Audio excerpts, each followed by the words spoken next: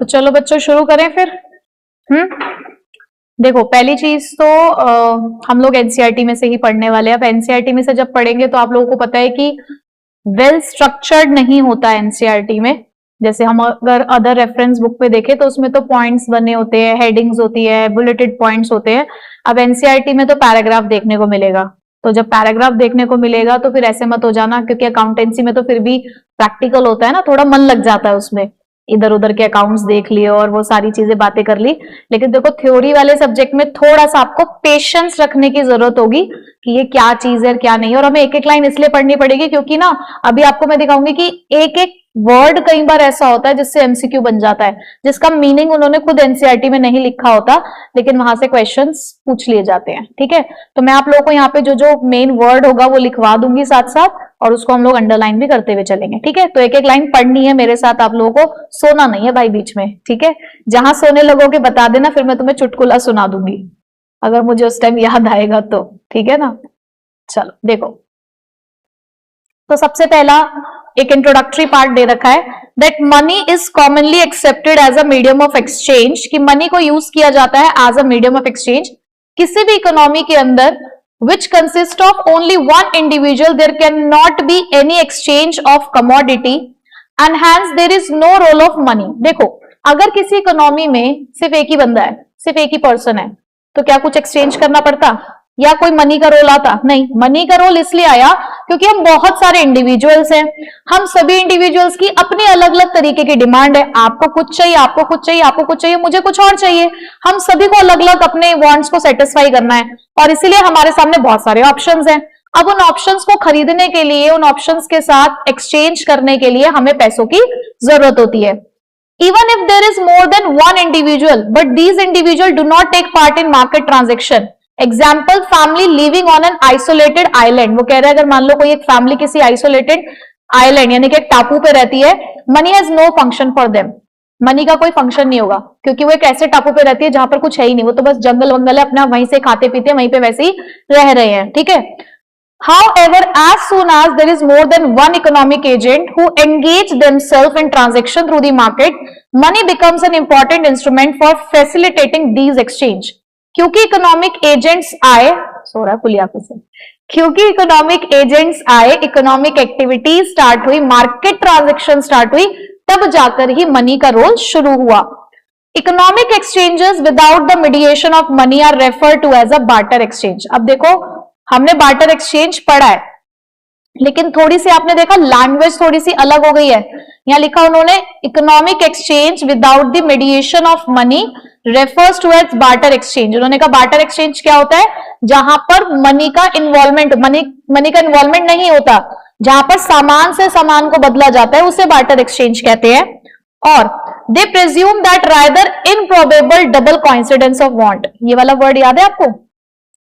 Double coincidence of want मतलब क्या मतलब था इसका? हाँ, मान लो कि मेरे पास ये पेन है और आपके पास एक रजिस्टर है, बट मुझे पेन के बदले में 1 किलो चावल चाहिए, तो मुझे एक वैसा पर्सन ढूंढना पड़ेगा जिसके पास 1 किलो चावल हो, प्लस इन एक्सचेंज वो मुझसे ये पेन खरीदना चाहता हो। अगर मुझे ये ऐसा पर्सन नहीं मिला तो यहां पर प्रॉब्लम आ जाएगी, डबल कोइंसिडेंस ऑफ वांट, और ये बार्टर एक्सचेंज की सबसे बड़ी लिमिटेशन थी। तो जब मनी नहीं हुआ करती थी तो बार्टर एक्सचेंज के थ्रू ही काम होता था। So consider for an example an individual who has a surplus of rice. एक ऐसा पर्सन जिसके पास खूब सारे चावल हैं, but she wishes to exchange for the clothing, और बदले में उसे क्या चाहिए? कपड़े चाहिए। If she is not lucky enough she may not be able to find another person, और अगर वो लकी नहीं रही तो उसे ऐसा कोई पर्सन नहीं मिलेगा who has diametrically opposite demand for rice with a surplus of clothing to offer in exchange, कि जिसको उसके चावल चाहिए और बदले में वो उसको क्लोथ ऑफर कर दे। द सर्च कॉस्ट, क्या ये वर्ड आपने सुना है कभी? Search cost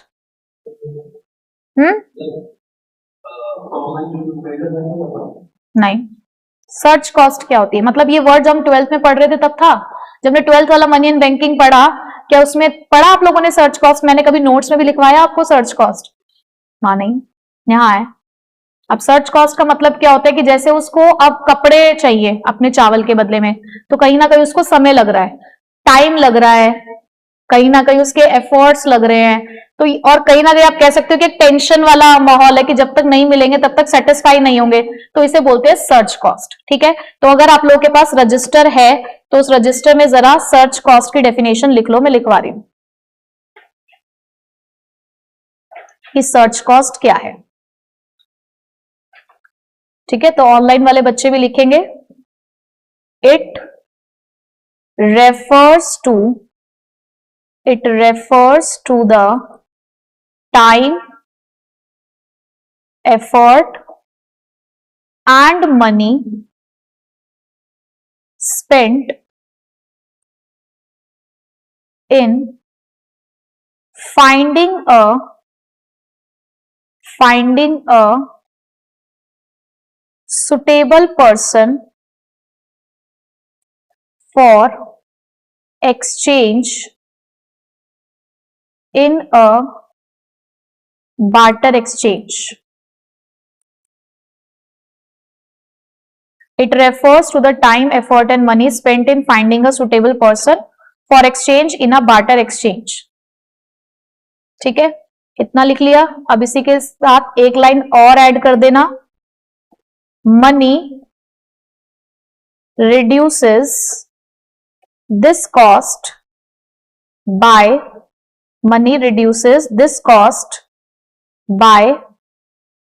acting as a common medium of exchange. अब आपसे एमसीक्यू सीधा सीधा एक तो सर्च कॉस्ट के ऊपर पूछा जा सकता है कि सर्च कॉस्ट क्या होती है, या आपसे वो एमसीक्यू ऐसा भी पूछ सकते हैं कि इस कॉस्ट को मनी अपने कौन से फंक्शन से रिड्यूस करता है।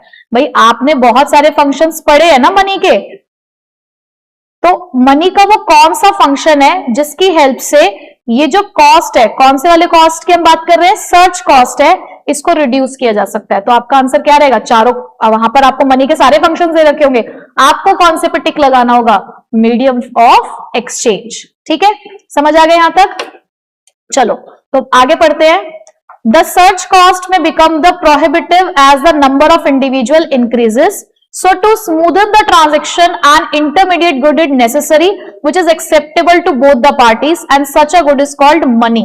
अब देखो उन्होंने यहाँ पे मनी को कैसे डिस्क्राइब कर दिया, उन्होंने कहा कि जैसे जैसे नंबर ऑफ इंडिविजुअल्स बढ़ते जाएंगे ये वाली जो कॉस्ट है ये आपकी क्या होती चले जाएगी, प्रोहिबिटिव। प्रोहिबिटिव का मतलब क्या होता है, हाँ, रिस्ट्रिक्टिव होती चली जाएगी, इस पर रोकथाम सी लगनी लग जाएगी। क्यों, क्योंकि उन्होंने कहा कि अगर मुझे किसी भी ट्रांजैक्शन को स्मूथ बनाना है तो मुझे कहीं ना कहीं एक ऐसा गुड चाहिए which is acceptable to both the parties, यानी कि एक ऐसा इंटरमीडिएट गुड जो दोनों पार्टीज के लिए एक्सेप्टेबल हो जाए, यानी कि दोनों पार्टीज उसको इजीली एक्सेप्ट कर ले। मुझे एक ऐसा सामान चाहिए और उस सामान को क्या बोला गया, मनी। अब जैसे आप किसी भी दुकान के पास जाते हो अपना कोई भी सामान खरीदने के लिए, अगर आप अपने सामान के बदले में उन्हें पैसा ऑफर करते हो, पेपर करेंसी अगर ऑफर कर रहे हो, तो क्या वो मना कर देते हैं, नहीं।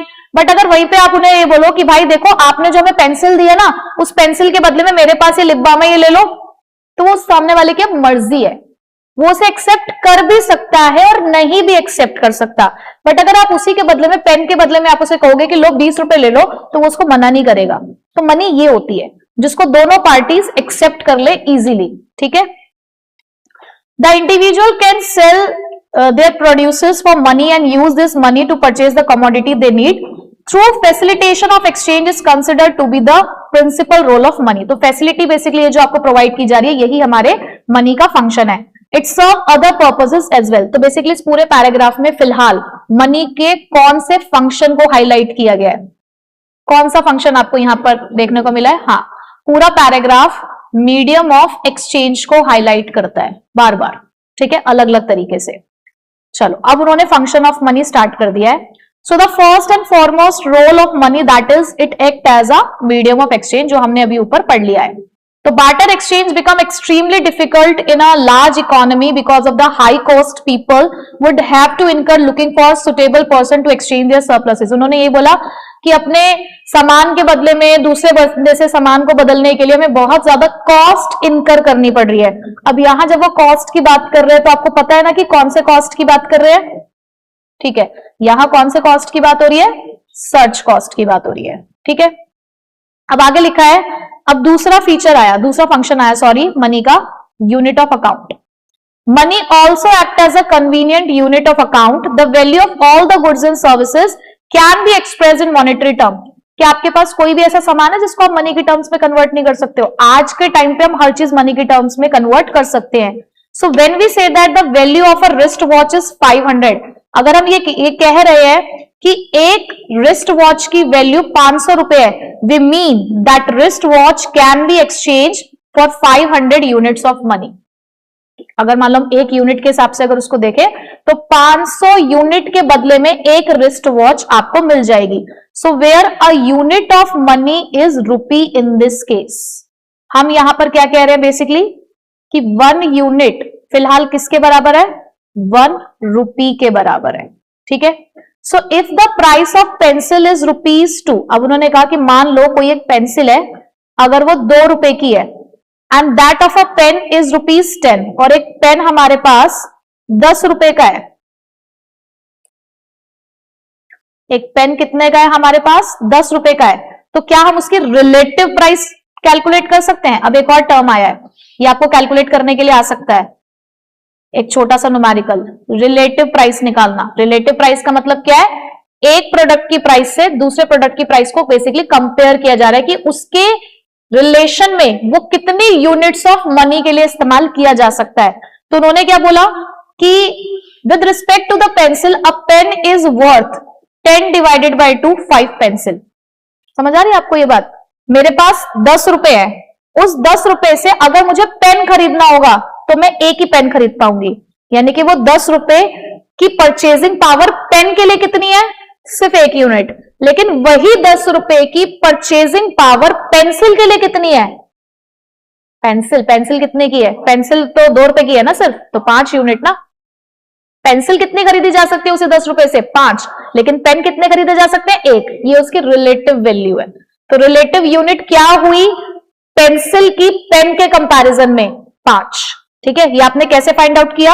आपने पेन की प्राइस को पेंसिल की प्राइस से डिवाइड किया तो आपको पता चल गया कि उसकी रिलेटिव वैल्यू कितनी है? 5 पेंसिल। पेन की रिलेटिव वैल्यू कितनी है पेंसिल के कंपैरिजन में? 5 पेंसिल। ठीक है, समझ गए इस बात को? ऑनलाइन स्टूडेंट्स कोई दिक्कत तो नहीं है अब तक? चले आगे।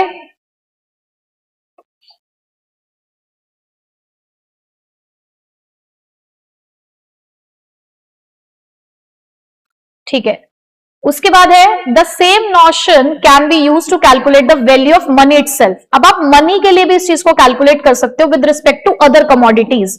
फॉर एग्जाम्पल अ रुपी, अब यहां से ध्यान से सुनना, a rupee is worth 1 divided by 2, यानी कि उन्होंने क्या किया, हमने बोला कि एक यूनिट का मतलब होता है 1 रुपी।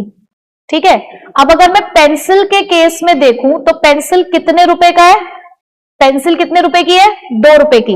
तो अगर मुझे उसको मॉनेटरी टर्म्स में देखना है तो 1 डिवाइडेड बाय 2, तो कितनी पेंसिल आएंगी 1 रुपए में? 0.5, आधी पेंसिल मिलेगी। तो ये यूनिट ऑफ वैल्यू पता चल रहा है कि मनी की हेल्प से आप इस चीज को कितने आसान से कंपेयर कर पा रहे हो, क्योंकि कमोडिटी के केसेस में हर चीज ऐसे नहीं डिवाइड की जा सकती थी, लेकिन मनी के केस में हर चीज डिवाइड की जा सकती है। आपके पास मान लो 10 रुपए है, चावल 20 रुपए किलो है, तो दुकानदार आपको कितने चावल देगा? मैंने क्या बोला? 1 kg of rice is equal to 20 rupees. ठीक है, but you have only 10 rupees, तो कितनी क्वांटिटी आएंगी? 500 ग्राम ना। डिवाइड कर लिया ना तुमने बहुत आसानी से, और आज के टाइम पे हम ये काम करते भी हैं। वो इस वाले कॉन्सेप्ट से आपको यही बात सिखाना चाह रहे हैं कि हम कमोडिटी के टर्म्स में अपने पैसों को कैसे डिवाइड करते हैं। ठीक है, so if the price of all the commodity increase in terms of money, there is general increase in price level. तो अगर वो हम कह रहे हैं कि इसी तरीके से अगर कमोडिटी की प्राइस बढ़ती रहेगी तो इसका मतलब क्या है? प्राइस लेवल भी बढ़ता रहेगा। ठीक है, so in this sense a unit of money can now purchase a less of any commodity. और देखो सिंपल सी बात है, अगर कमोडिटी की प्राइस बढ़ गई तो मनी की वैल्यू घट जाएगी। फॉर एग्जाम्पल, चलो एक और एग्जाम्पल देती हूं आपको मैं। अगर इसी पेंसिल की वैल्यू बढ़कर 5 रुपए हो गई, अब आपके पास 10 रुपए है, तो बताओ कितनी पेंसिल खरीद पाओगे? पहले आपके पास 10 रुपए थे, 2 रुपए की एक पेंसिल से कितनी पेंसिल खरीदी थी?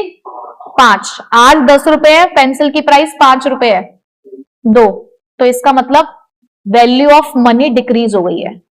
आपके मनी की जो परचेजिंग पावर है उस कमोडिटी को खरीदने के लिए वो क्या हो गई है, डिक्रीज हो गई है। ठीक है, चल अब ये तो हमने मनी के बारे में। यूनिट ऑफ अकाउंट, ये वाला पैराग्राफ कौन से वाले फीचर को हाईलाइट करके चला गया, यूनिट ऑफ अकाउंट।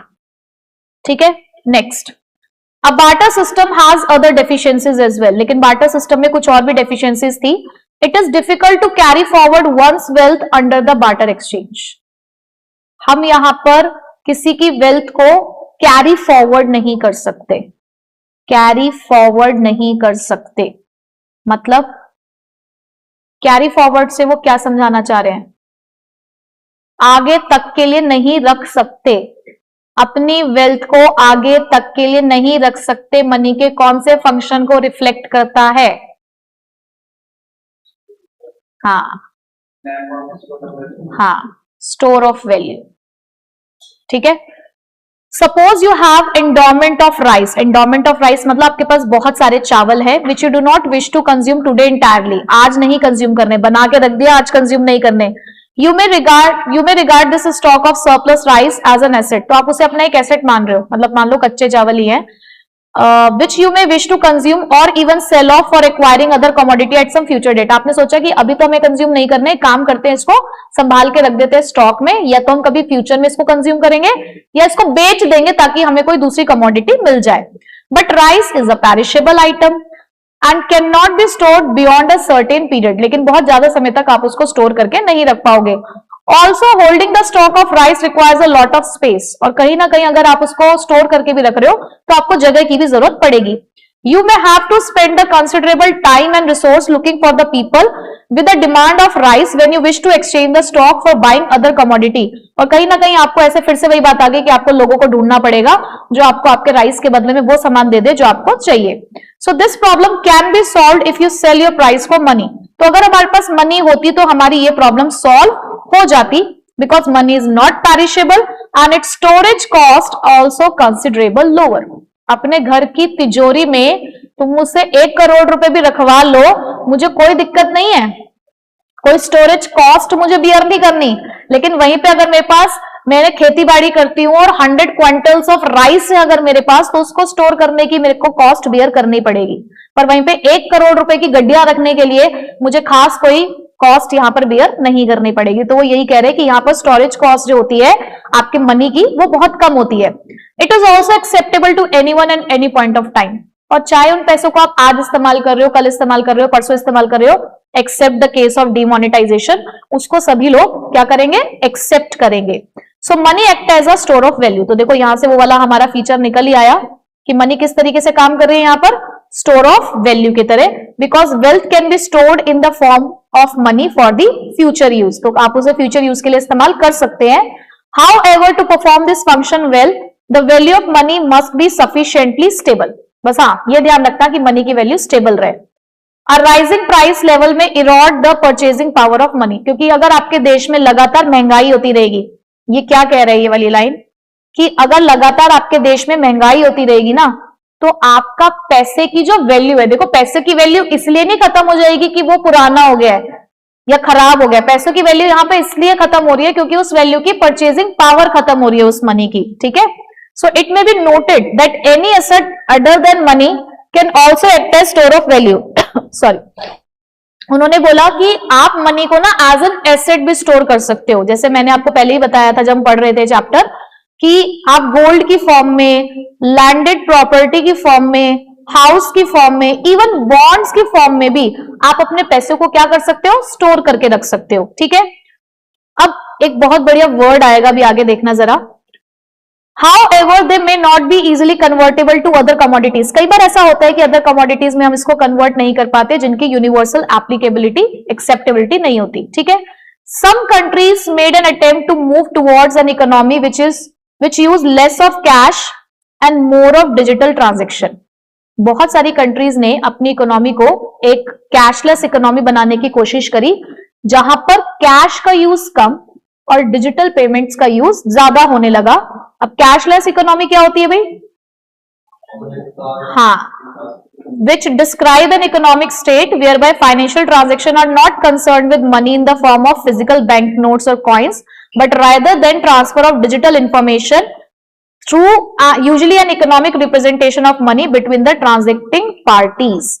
यानी कि जिसके अंदर आप ज्यादा से ज्यादा फाइनेंशियल ट्रांजेक्शन करते हो, जिसको आप बैंक के नोटों के थ्रू या बैंक के बनाए हुए कॉइन्स के थ्रू नहीं करते, बल्कि कुछ एप्लीकेशंस होती हैं, आप उनके थ्रू ये काम कर रहे हो। अब ये जो कुछ नाम आएंगे वो आपको ध्यान रखने हैं। गवर्नमेंट ने बहुत सारे रिफॉर्म्स चलाए और एक देखो नया वर्ड आया है, फाइनेंशियल इंक्लूजन। क्या मतलब है इसका? Financial inclusion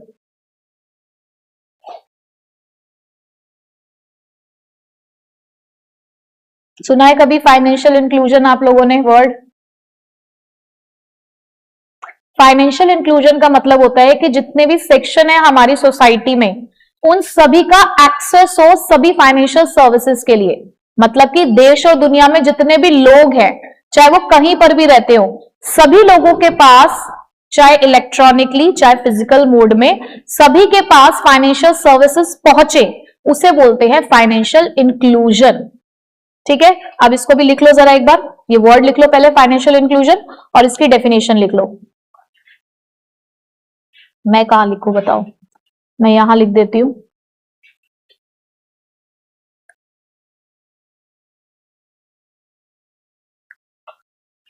it means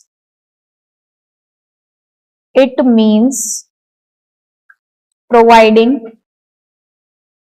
banking and financial services.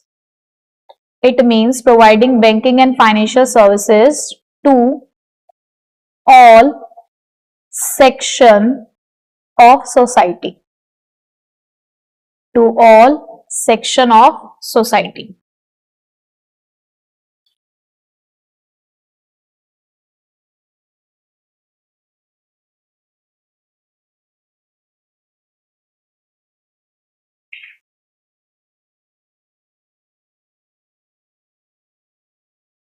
हो गया यहां तक? ठीक है, अब आगे क्या लिखा हुआ है? During last few years initiative such as,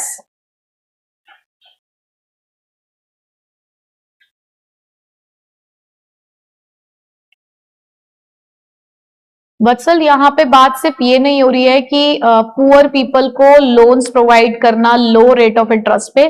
पहला पॉइंट तो ये है कि पुअर पीपल्स तक बैंकिंग फैसिलिटी प्रोवाइड करना, क्योंकि बहुत सारे आज भी गांव हैं, बहुत सारे आज भी ऐसे पिछड़े एरियाज हैं, यानी कि बैकवर्ड एरियाज हैं, जहां तक अभी भी बैंकिंग सर्विसेज नहीं पहुंच पा रही है, लोगों को बहुत दूर दूर तक जाकर उन सर्विसेज को अवेल करना पड़ रहा है। तो पहला पॉइंट तो कहां कह रहे हो? प्रतीक के घर के पास, वहां तो फुल 21 को इंग्लिश का भी टेस्ट है। इंग्लिश का भी टेस्ट होता है तुम्हारा?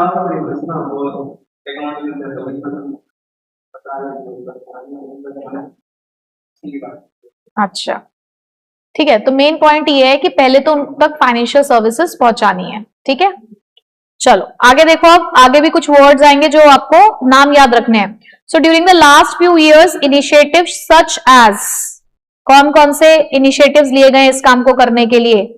जन धन अकाउंट्स, याद है ये जन धन अकाउंट्स इंट्रोड्यूस हुए थे। आधार इनेबल्ड पेमेंट सिस्टम, आपका आधार कार्ड ही इस्तेमाल किया जा रहा है आजकल पेमेंट करने के लिए। ई वॉलेट्स आप लोग इस्तेमाल करते हो, तो ये, या फिर नेशनल फाइनेंशियल स्विच, तो ये सारी वो चीजें हैं जो आप यूज कर रहे हो ताकि आप डिजिटलाइजेशन की तरफ बढ़ो, फाइनेंशियल सर्विसेज आपको इजीली मिल पाए। सो यहां पर गवर्नमेंट ने ये कुछ इनिशिएटिव्स लिए to resolve the problem of, कौन सी प्रॉब्लम? फाइनेंशियल सर्विसेज, और ताकि हम ज्यादा से ज्यादा कहां तक पहुंच सके? कैशलेस इकोनॉमी की तरफ। ठीक है, so today financial inclusion is seen as a realistic dream because of, एक नए वर्ड आए हमारे पास, मोबाइल एंड स्मार्टफोन पेनिट्रेशन। बताओ क्या मतलब होता है मोबाइल एंड स्मार्टफोन पेनिट्रेशन का?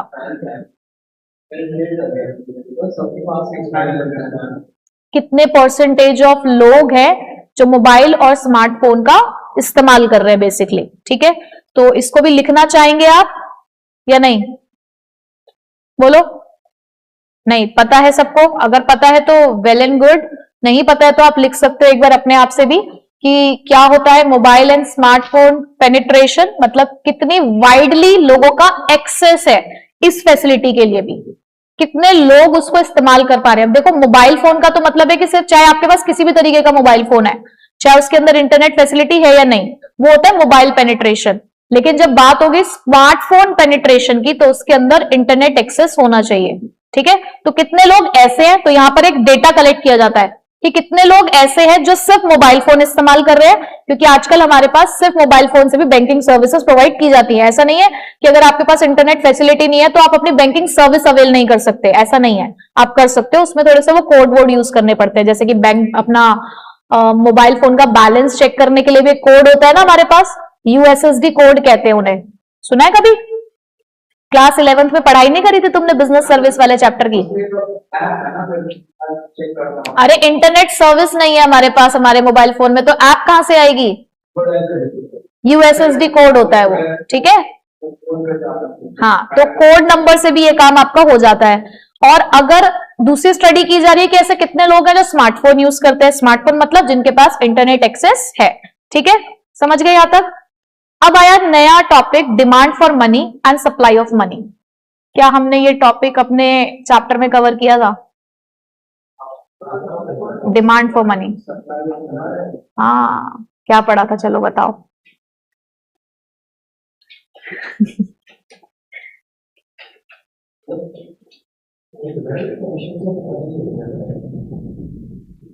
फंक्शंस ऑफ मनी से तो हम आगे आ गए। अब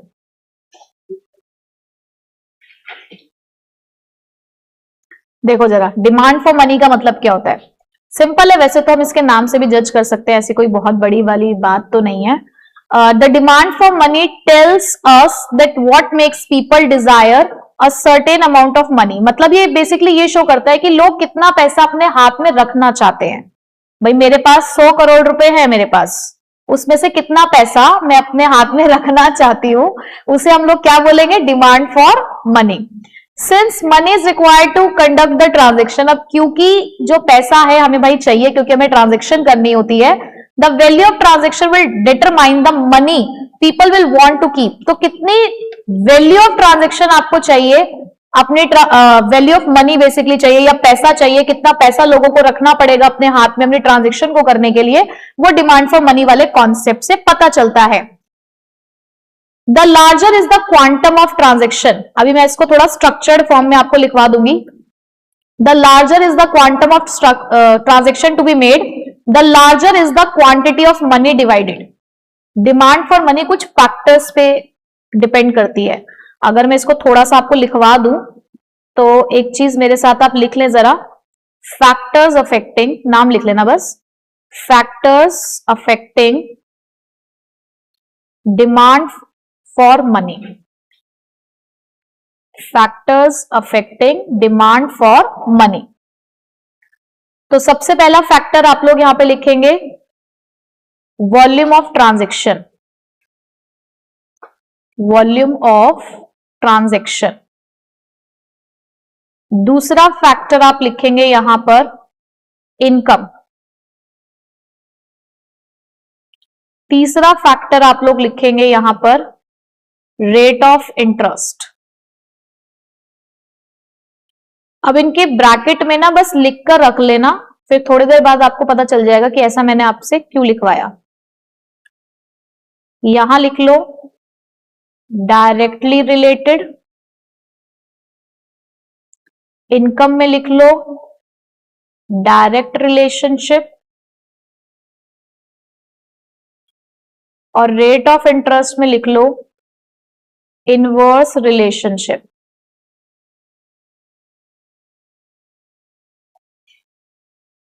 ठीक है, अब देखो जरा, सबसे पहली बार डिमांड फॉर मनी है क्या? डिमांड फॉर मनी का मतलब है लोग अपने हाथ में कितना पैसा रखना चाहते हैं। अब लोग अपने हाथ में कितना पैसा रखना चाहते हैं तीन चीजों पे डिपेंड करता है। पहली चीज क्या है कि आपकी ट्रांजैक्शन का वॉल्यूम क्या है, कितनी नंबर ऑफ ट्रांजैक्शन आपको करनी है। दूसरा फैक्टर क्या डिपेंड करेगा, आपके हाथ में पैसा कितना है, आपकी इनकम कितनी है, बेसिकली मतलब आप कमाते कितना हो।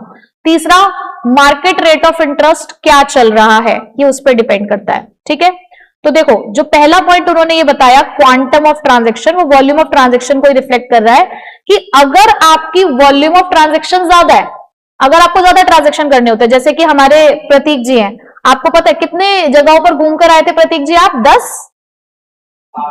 8 जगहों पर। प्रतीक जी अभी अपने गर्मी की छुट्टियों को मनाने के लिए 8 जगहों पर घूम के आए हैं, और 8 जगहों पर घूमने के लिए बहुत सारे पैसों की जरूरत पड़ी होगी, और बीच में भी कह रहे थे कि क्या कह रहे थे आप, सामान पूरा नहीं खरीद पाए हैं? अच्छा, खरीद पाए लेकिन लेकर नहीं आ पाए। ये पहली एक्सक्यूज दे रहा है कि मैम हम कुछ लाया नहीं हूं, मैं घूम कर तो आया हूं पर कुछ लाया नहीं हूं। ठीक है, कोई बात नहीं। आप केरल गए थे? केरल गए थे आप? हैं, गए थे? कहाँ है हमारी कॉफी? हमारी कॉफी कहाँ है? हमारे मसाले कहाँ हैं? बस खुद ही इस्तेमाल कर लिए, मतलब वहां की फेमस है। स्पाइसेस भी है, कॉफी नहीं लोग यूज करते हैं। जब केरल जाते हैं तो बहुत लोग वहां से कॉफी लेकर आते हैं, स्पाइसेस लेकर आते हैं। तो तुम सीड्स ही ले आते भाई, कोई बात नहीं, हम बना लेते उससे भी कॉफी अपने आप है। अच्छा, और हाँ लुंगी वुंगी भी लेकर आए हो क्या? आप कहाँ घूम कर आए? बस यही? हाँ, तो गई नहीं था अभी स्कूल ट्रिप पे। तो अब जब ये जैसे घूमने के लिए गए तो इनकी नंबर ऑफ ट्रांजैक्शन ज्यादा होंगी। अब जब नंबर ऑफ ट्रांजैक्शन ज्यादा होंगी तो डेफिनेटली इनको हाथ में पैसा भी ज्यादा रखना पड़ रहा होगा। बट वहीं पे हमारे विशाल जी, मैं, हम तो कहीं नहीं गए। हम तो एक जगह से दूसरी जगह, अपने एक कमरे से दूसरे कमरे, दूसरे कमरे से तीसरे कमरे, हम सिर्फ यहीं पे घूम रहे हैं, या आरकेजी से घर, घर से आरकेजी जा रहे हैं। तो ऐसे में हमारी नंबर ऑफ ट्रांजेक्शन भी कम है, तो हमें हाथ में पैसा भी कम ही रखना पड़ रहा है। ठीक है, अरे बस नानी के यहीं तो गया था बेचारा, वहां से तो पैसे बटोर के लाया होगा, है ना। नानी तो वैसे ही प्यार प्यार में बहुत पैसे दे देती है। तो देखो हम लोगों ने यहाँ पे क्या लिखा हुआ है, वॉल्यूम ऑफ ट्रांजेक्शन में कैसे रिलेट करता है? डायरेक्टली रिलेट करता है। ठीक है, उसके बाद next, since the quantum of transaction to be made depends upon income. अब आप कितनी ट्रांजेक्शन कर पाओगे? आप कहते हो जी हमें तो बहुत सारी ट्रांजेक्शन करनी है, बट ट्रांजेक्शन करने के लिए फिर पैसा भी तो होना चाहिए। तो दूसरा फैक्टर निकल कर आया, इनकम। अब इनकम के लिए क्या बोला गया? That a rise in income will lead to rise in demand for money. ये बहुत सिंपल सा कॉन्सेप्ट है। अगर आज मैं 1 लाख रुपए कमाती हूं तो मेरा खर्चा 1 लाख के हिसाब से, मेरी जो नंबर ऑफ ट्रांजेक्शन होंगी वो 1 लाख के हिसाब से होंगी। कल को अगर मेरी इनकम यही बढ़ के 2.5 लाख रुपए हो गई तो क्या मैं तब भी उतने ही खर्चे कर रही होंगी जो मैं 1 लाख में करती थी? अब मैं उन ट्रांजेक्शन्स को भी अफोर्ड कर पाऊंगी जो पहले नहीं हो पा रहे थे, तो मेरी नंबर ऑफ ट्रांजेक्शन ऑटोमेटिकली फिर बढ़ जाएगी। मेरी नंबर ऑफ ट्रांजेक्शन बढ़ेंगी तो ऑटोमेटिकली मेरी मनी के लिए डिमांड बढ़ जाएगी। तो जैसे जैसे आपकी इनकम बढ़ती है वैसे वैसे डिमांड फॉर मनी और बढ़ती जाती है, वो कम नहीं होती, वो और बढ़ती जाती है। और कल को अगर वही इनकम घट के 50,000 हो गई तो डेफिनेटली डिमांड फॉर मनी भी डिक्रीज हो जाएगी, क्योंकि ऑटोमेटिकली नंबर ऑफ ट्रांजेक्शन भी कम हो जाएंगी। तो हम लोगों ने क्या लिखा है इनकम में भी, कि वो डिमांड फॉर मनी से कैसे रिलेट करता है? डायरेक्टली रिलेट करता है। ठीक है, अच्छा अब तीसरा factor, also when people keep their savings in the form of money rather than putting it in a bank which gives them interest, how much money people keep also depends upon the rate of interest. अब कितना rate of interest उन्हें मिल रहा है उसके ऊपर भी demand for money depend करती है। Specifically when interest rate goes up people become less interested in holding money, since holding money amounts to holding less of interest earning deposit. मान लो मेरे पास 5 लाख रुपए घर में रखे हुए हैं। अब मैंने देखा कि बैंक के अंदर जो रेट ऑफ इंटरेस्ट है, चाहे वो सेविंग का हो, फिक्स डिपॉजिट का हो, किसी का भी हो, वो बढ़ गया, वो 5 से 8% हो गया। तो मैं अपने घर की तिजोरी में उस 5 लाख को रखना पसंद करूंगी या बैंक में? तिजोरी में। भाई बैंक का रेट ऑफ इंटरेस्ट बढ़ गया है, 5 लाख मेरे घर की तिजोरी में रखे, वो मुझे कुछ नहीं दे रहे, वो 5 के 5 ही हैं। लेकिन वही 5 लाख रुपए अगर मैंने बैंक में जमा कर दिए तो मुझे कुछ तो रेट ऑफ इंटरेस्ट मिलेगा, क्योंकि बढ़ गया है। हाँ, वही रेट ऑफ इंटरेस्ट अगर 1% मिल रहा होगा तो मैं सोचूंगी चल यार क्यों ही रखना है, नहीं रख रही, मैं घर पे रखा हुआ मुझे तसल्ली दे रहा है। पर अगर वही रेट ऑफ इंटरेस्ट 1 से 6% पे पहुंच गया तो मैं सोचना शुरू करूंगी ना कि यार इससे अच्छा पैसा बैंक में जमा कर दें। तो इसका मतलब जब भी रेट ऑफ इंटरेस्ट बढ़ता है मेरे लिए मेरे पैसे को हाथ में रखने की इच्छा क्या हो रही है? कम हो रही है। यानी कि जैसे जैसे इंटरेस्ट रेट बढ़ता है आपकी डिमांड फॉर मनी क्या हो जाती है, कम, और अगर वही रेट ऑफ इंटरेस्ट कम हो गया तो डिमांड फॉर मनी क्या हो जाएगी, बढ़ जाएगी। तो there is an inverse relationship between the rate of interest and demand for money.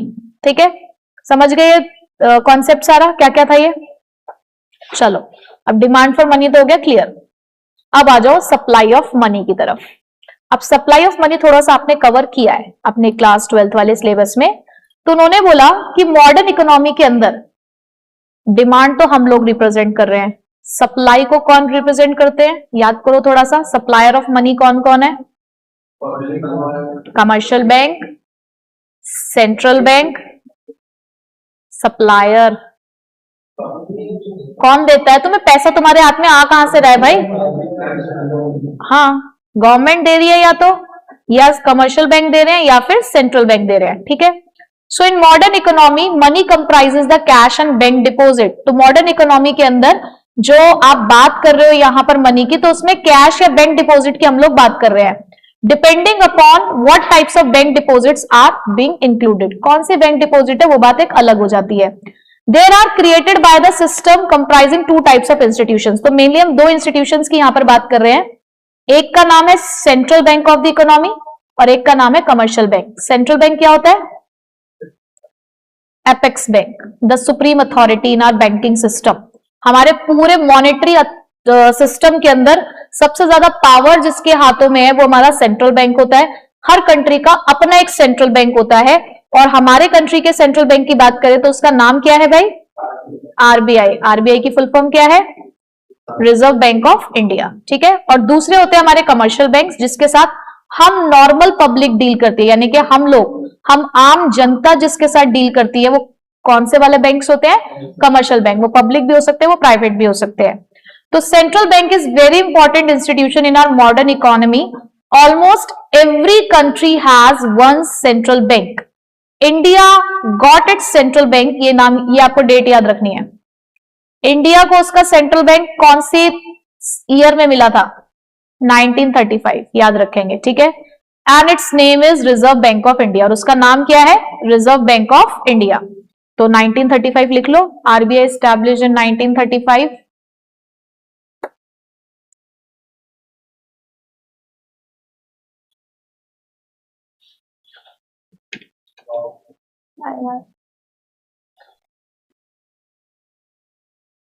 हाँ जी, तो ऑनलाइन वाले बच्चों कोई दिक्कत तो नहीं है यहां तक अभी किसी भी तरीके की, आपको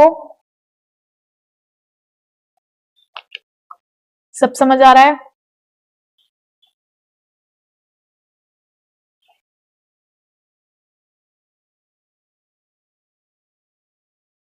ठीक,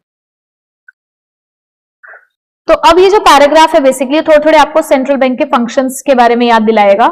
तो central bank has several important functions. Central bank के अपने बहुत सारे फंक्शंस होते हैं, जैसे कि पहला फंक्शन क्या करता है हमारा central bank, it, very good, it issues the currency. सबसे पहला फंक्शन की वो करेंसी को इश्यू करता है। और दूसरा फंक्शन क्या है उसका, कंट्रोल्स द मनी सप्लाई।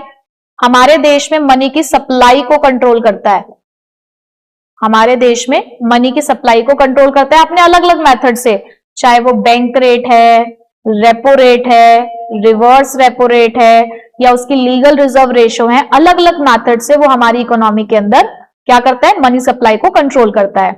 उसके बाद इट एक्ट एज अ, एक और फंक्शन निकल कर आया, it act as a banker to the government. जो काम एक कमर्शियल बैंक आम जनता के लिए करता है वही सारे काम एक सेंट्रल बैंक अपनी गवर्नमेंट के लिए करता है। प्लस एक और function, custodian of foreign exchange reserve. Custodian का मतलब क्या होता है भाई, कस्टोडियन, हाँ रखता है अपने पास, कीपर कह सकते हैं उसको, है ना, कीपर हो गया, रखवाला हो गया। तो custodian of foreign exchange reserve का मतलब है कि हमारे देश में जितनी भी फॉरेन करेंसी आती है बेसिकली उसका एक रिजर्व मेंटेन करता है कौन, आरबीआई। ठीक है, it also act as a bank to the banking system. देखो एक और फंक्शन निकल कर आया कि ये बैंकर्स का भी बैंक है। अगर बैंकर्स को भी कोई बैंकिंग फंक्शन परफॉर्म करना है, उनको भी पैसे वैसों की जरूरत पड़ती है, तो वो आते हैं अपने सेंट्रल बैंक के पास। ठीक है, So from the point of view of money supply, we need to focus on its functions of issuing currency. This currency is issued by the central bank and can be held by the public or commercial bank and is called the high powered money. अब high powered money क्या है जरा ये बता दो जरा अच्छे बच्चों की तरह।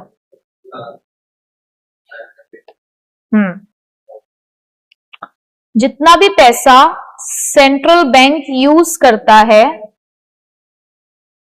जितना भी पैसा सेंट्रल बैंक यूज करता है,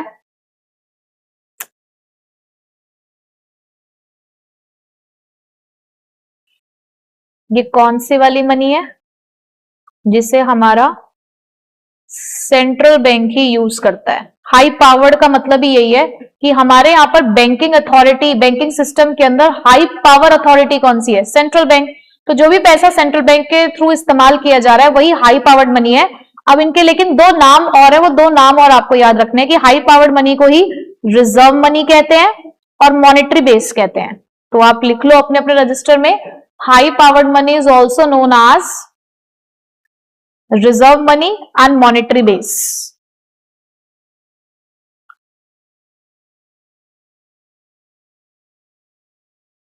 रिजर्व मनी और monetary base. High powered money लिखने की जरूरत तो नहीं है, वैसे ये हम लोगों ने अपने नोट्स में पहले कवर कर रखा है 12th वाले जो हम बना रहे हैं, फिर भी लिखना है तो आप लिख सकते हो। हाँ जी वत्सल जी, लीगल टेंडर मनी भी यही है।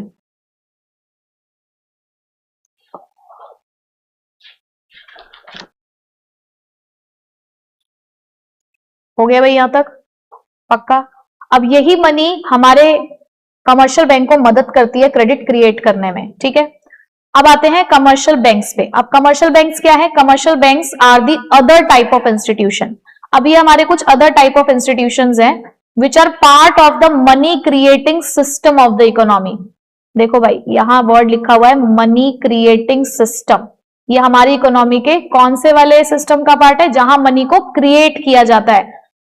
ध्यान रखना, यहीं पे बच्चा आके कंफ्यूज हो जाता है। आपको क्या लगता है कि 5 नंबर में सीयूईटी वाले एक एमसीक्यू पूछ रहे हैं तो वो बहुत ही सिंपल पूछते हैं, सिंपल ही पूछते हैं, लेकिन ऐसा पूछते हैं कि आपने अगर ध्यान से उस चीज पे देखा हो तो अगर वो बोले कि एक ऐसी अथॉरिटी जो मनी को जनरेट करती है या फिर मैं कहूं प्रोड्यूस करती है, तो आप किस बैंक का नाम लिखोगे? सेंट्रल बैंक का या कमर्शियल बैंक का? सेंट्रल बैंक का। लेकिन अगर वहीं पे वर्ड लिखा हुआ है मनी क्रिएट करना, तो वहां पर क्या लिख के आना है आपको? Commercial bank. और देखो अभी आपको ये बात बहुत आसान लग रही होगी, लेकिन आज से कुछ टाइम बाद शायद आप भी कंफ्यूज हो जाओ और पेपर के टाइम पे भी कंफ्यूज होकर गलत कराओ, और बहुत से बच्चे करते भी हैं ये गलती। तो मनी क्रिएटिंग सिस्टम में हमेशा आपको किसका नाम लिखना है? Commercial bank. क्योंकि बच्चों को लगता है सब कुछ सेंट्रल बैंक ही करता है, तो वो हर जगह पर सेंट्रल बैंक टिक कराते हैं, ठीक है।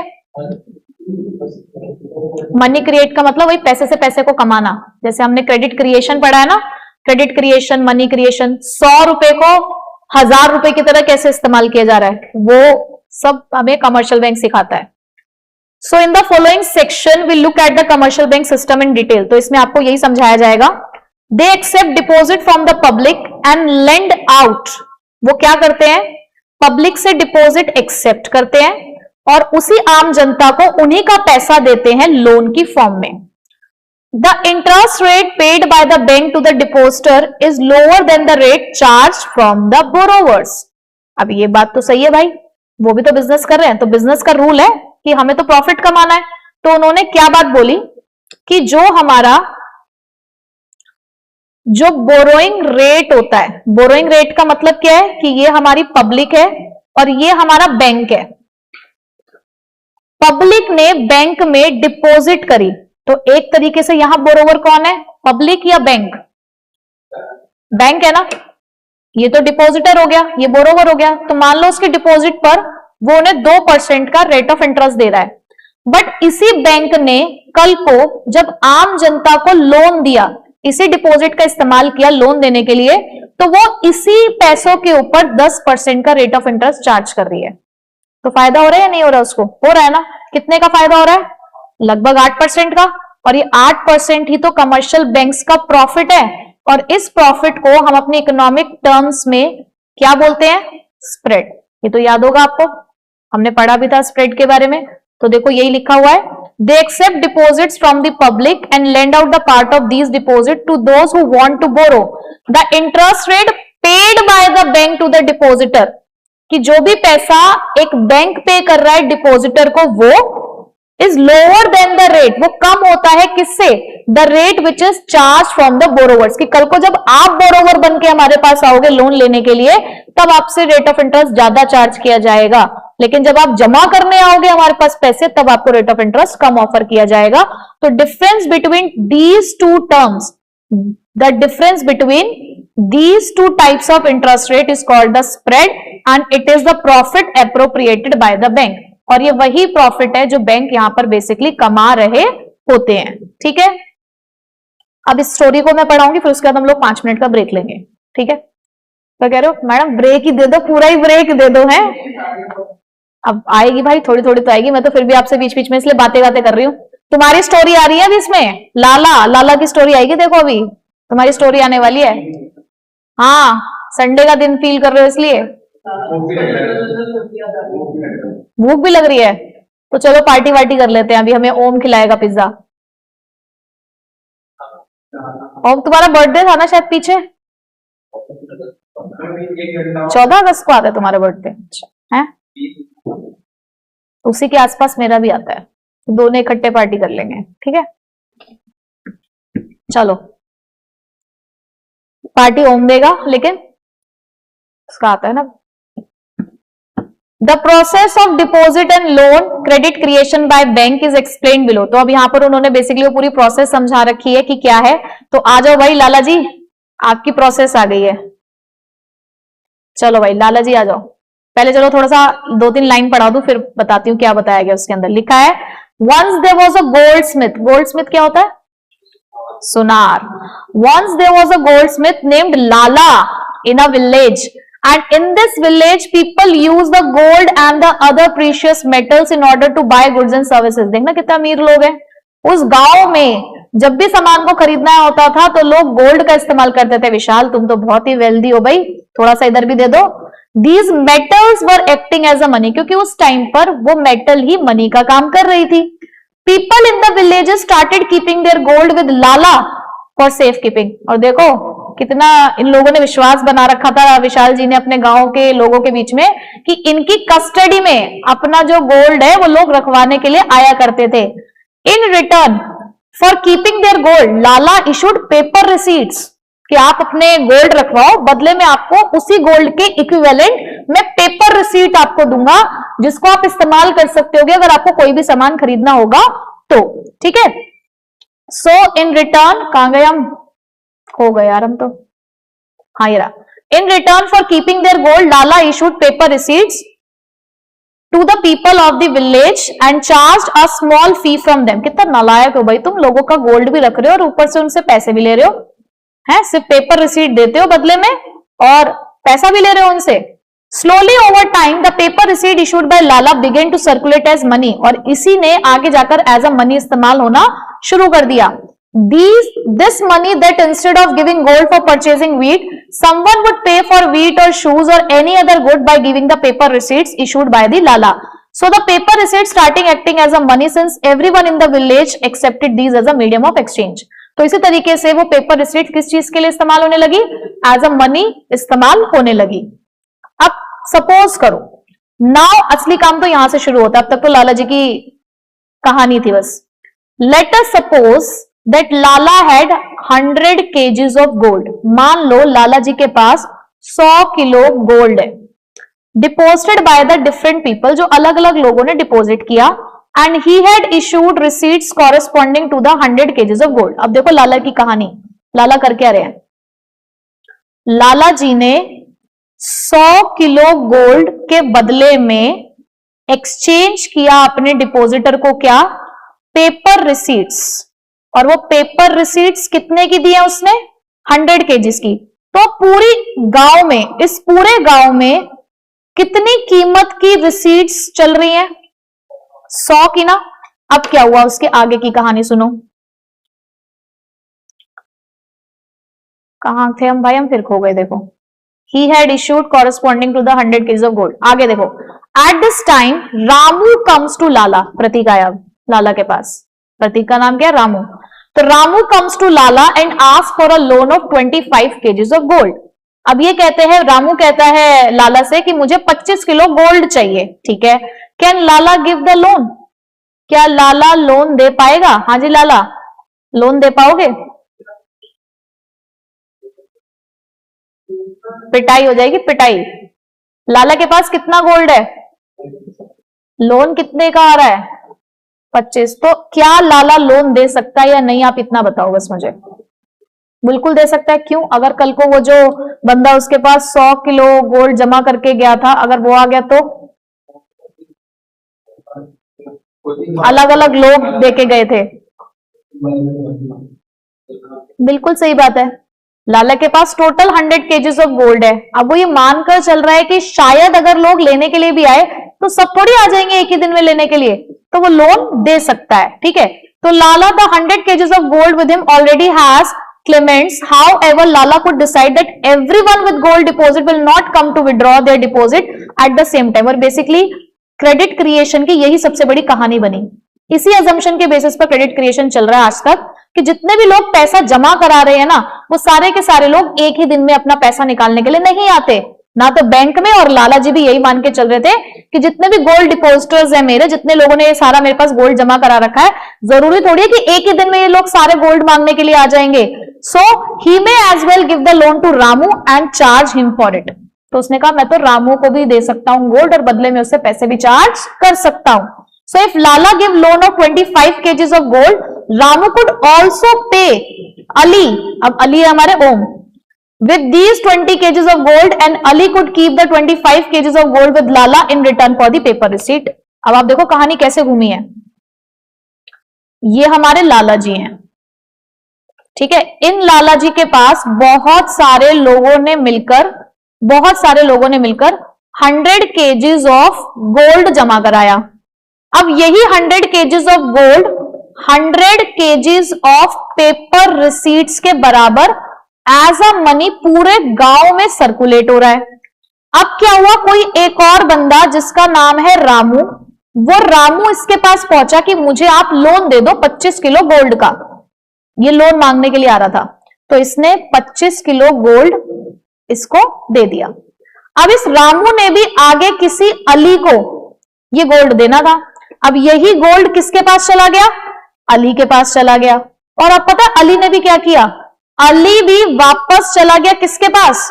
लाला जी के पास। और ये 25 किलो गोल्ड उसने लाला जी के पास जमा कराया और लाला जी ने इसके बदले में 25 KGs of paper receipts Ali को दे दी। अब एक बात देखो, क्या वही वाला गोल्ड नहीं सर्कुलेट हो रहा पूरी इकोनॉमी के अंदर?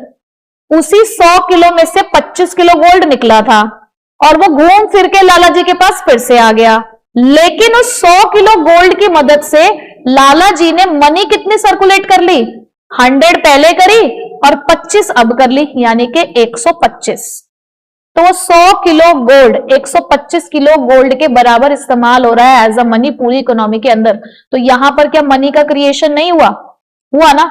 यही खेल खेलता है हमारा कमर्शियल बैंक, जो यहां पर आपको समझाया जा रहा है, ठीक है। So in effect, the paper receipt acting as a money would have risen to 125 kgs now. It seems that Lala has created money out of thin air. हवा से भी पैसे कमा लिए उसने। So this modern banking system works precisely the way Lala behaves in this example. तो उन्होंने यही बोला कि आज का जो हमारा मॉनेटरी सिस्टम है वो भी कुछ इसी तरीके से काम करता है जैसे लाला जी ने यहां पर काम किया। So commercial bank mediate between individual और firms। कमर्शियल बैंक्स मीडिएट मतलब एज अ मीडिएटर का काम करता है इंडिविजुअल और फर्म्स के बीच में with excess fund and lend to those who needs funds. और यहां पर क्या करता है? उसी एक्सेस मनी को उन लोगों को देता है जिनको उस पैसों की जरूरत होती है, ठीक है। So people with excess funds can keep their funds in the form of deposit in the bank. तो जिन लोगों के पास भी एक्स्ट्रा मनी है वो क्या कर सकते हैं? उसी पैसे को डिपॉजिट कर सकते हैं। उसके बाद क्या बोला गया? अब देखो, in banks and those who need funds in banks and those who needs funds borrow funds in the form of home loan, crop loan. अब वही लोग जिन्होंने एक बार बैंक में जाकर पैसा जमा कराया, कल को जब उन्हीं लोगों को पैसों की जरूरत पड़ती है, लोन की जरूरत पड़ती है, चाहे किसी भी फॉर्म में पड़ रही हो, चाहे वो होम लोन की फॉर्म में पड़ती है, एक हमारे किसान को क्रॉप लोन चाहिए होता है, वो वहीं पहुंच जाते हैं उसके बाद, तो वही पैसा अल्टीमेटली फिर से तो हमारी इकोनॉमी में सर्कुलेट होकर आ रहा है। ठीक है, so people prefer to keep money in banks because bank offer to pay some interest on any deposit made. ठीक है, तो कोई भी अगर डिपॉजिट की गई है तो उसके ऊपर बैंक क्या करता है, आपको कुछ इंटरेस्ट ऑफर करता है। ऑल्सो इट मे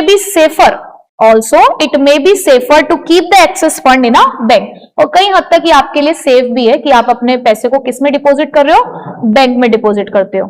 ठीक है, अच्छा कहां हैं अब हम, ओके तो ये पैराग्राफ तो हो गया ऑलमोस्ट, इस पे चले अब।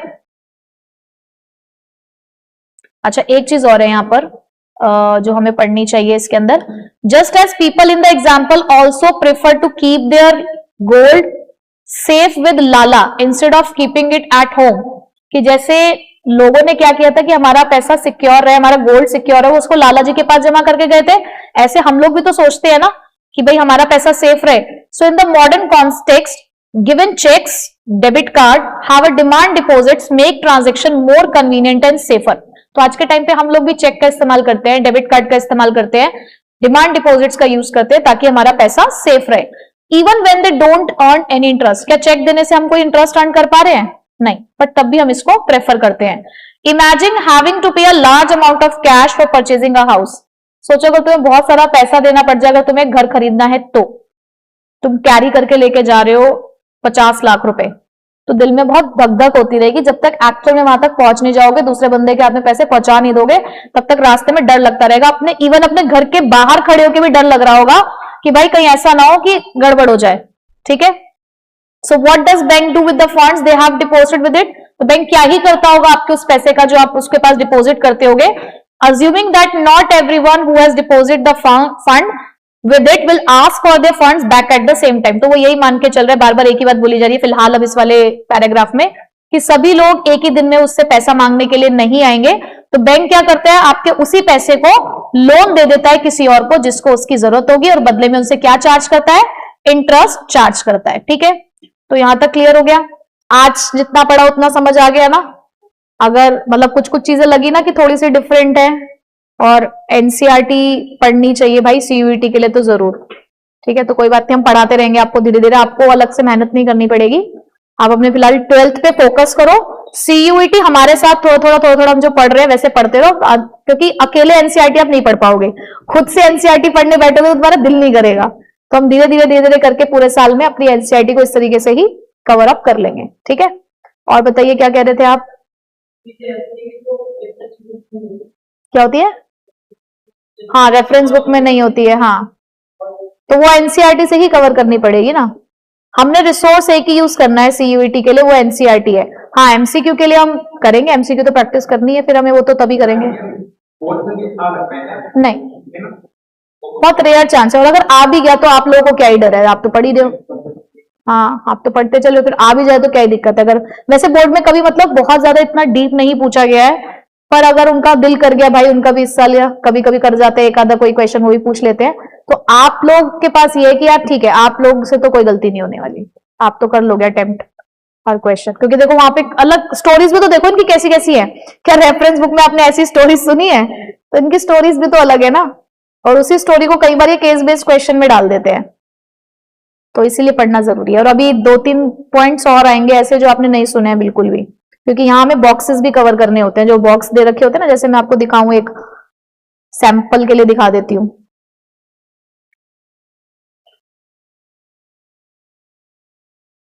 एक ट्रांजेक्टिव मोटिव होता है, ये देखो, ये भी बॉक्स देख लो, ये फॉर्मूला देखा है क्या कभी सामने, ये खतरनाक सा फॉर्मूला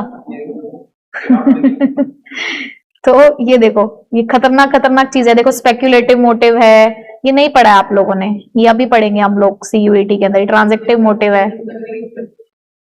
चलो फिर मिलते हैं नेक्स्ट क्लास में। ओके, आपने एनसीईआरटी पढ़ ली है तो बस वो इनफ है आपके लिए, बट उसको बहुत डिटेल में आपको पढ़ के जाना है, उसमें कंजूसी नहीं करनी, उसमें कोई कॉम्प्रोमाइज नहीं है कि आप एनसीईआरटी को ढंग से नहीं पढ़ रहे हो।